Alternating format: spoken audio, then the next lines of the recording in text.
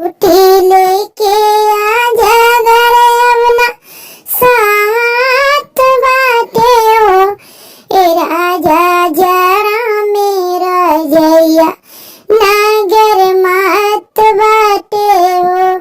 छुट्टी लेके आजा घरे अब साथ नहीं के हो ए राजा राग जाड़ा मेरा जैया नागर मात ते हो ए राजा जड़ा मेरा जैया नागर मात बाटे हो। तारा मम्मी के बोली नायब साथ बाटे हो ए राजा जड़ा मेरा जैया नागर मात बाटे।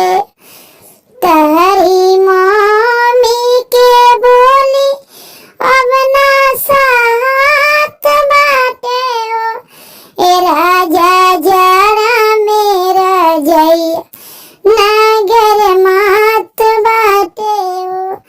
छुट्टी लेके आजा घरे ना साथ बाटे हो ए राजा जड़ा मेरा जैया नागर मात बाटे हो।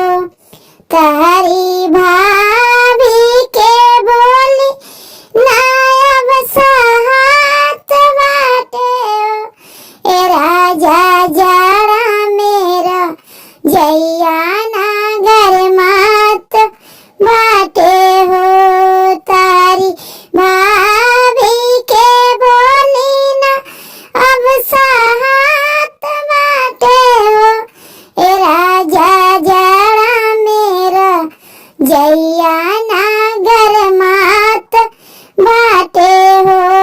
छुट्टी लेके आजा घरे अब ना साथ बाटे हो ए राजा जड़ा मेरा जैया नागर मात बाटे हो ए राजा जड़ा मेरा जैया नागर मात बाटे हो।